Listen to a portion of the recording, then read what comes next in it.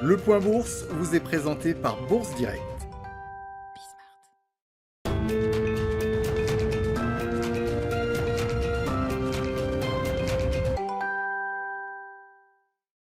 Tendance à la hausse toujours à la Bourse de Paris. Le CAC 40 est dans le vert depuis l'ouverture dans le sillage de la clôture à Wall Street, mais également porté par les publications de 3 valeurs de l'indice parisien aujourd'hui. Les investisseurs tout d'abord qui ont l'espoir de voir le plan de relance budgétaire de 1 900 milliards de dollars aux États-Unis adopté prochainement avec le vote de la résolution budgétaire au Sénat avant-hier.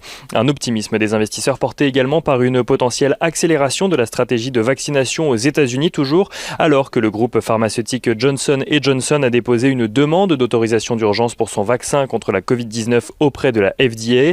S'il est accepté, un 3e vaccin sera donc en circulation dans le pays après ceux de Pfizer et Moderna. Et un optimisme des investisseurs également renforcé alors que les restrictions se radoucissent légèrement aux États-Unis et que le gouvernement français continue d'écarter la perspective d'un 3e confinement.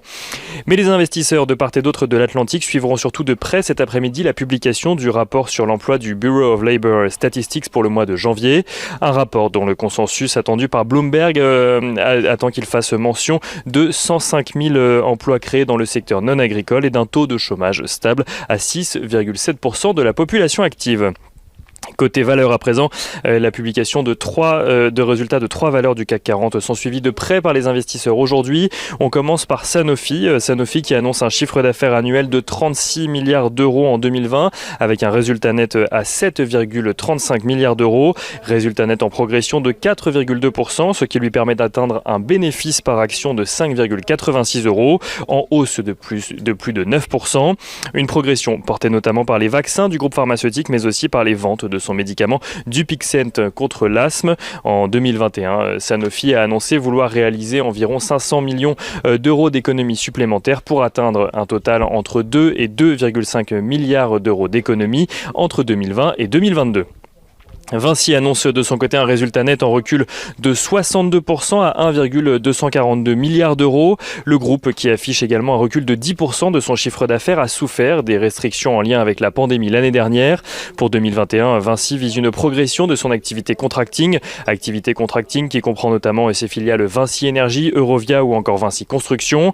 En ce qui concerne son activité concession, cette fois-ci, celle-ci reste largement suspendue à l'évolution de la pandémie. BNP Paribas enfin publie un résultat net de 7,1 milliards d'euros en recul de 13,5%, un recul limité pour le groupe bancaire dans un contexte de crise sanitaire et un recul qui correspond à l'objectif fixé par la direction alors qu'en mai dernier, cette même direction estimait que le recul de son résultat net pouvait aller jusqu'à 20%. Une bonne nouvelle donc pour BNP Paribas qui a été portée par sa branche banque d'investissement mais qui accuse dans le même temps une flambée du coût du risque dans le contexte actuel. Ce coût du risque qui progresse de 78,7% à 5,7 milliards d'euros. Et au-delà de ces 3 publications, on notera également que Vallourec reprend sa cotation aujourd'hui après en avoir demandé la suspension il y a quelques jours, le temps de négocier avec ses créanciers. Vallourec qui a obtenu entre-temps une procédure de sauvegarde auprès du tribunal de Nanterre. Voilà pour les entreprises. On regarde rapidement ce qui se passe du côté des matières premières. Le pétrole qui se négocie à la mi-journée aux alentours des 59,5 $ le baril de Brent, tandis que l'once d'or se situe, elle, juste au-dessus des 1800 $. Et sur le marché d'échange, on notera que le dollar progresse légèrement, faisant reculer donc l'euro-dollar qui à la mi-journée est légèrement au-dessus des 1,1950 $ pour 1 euro.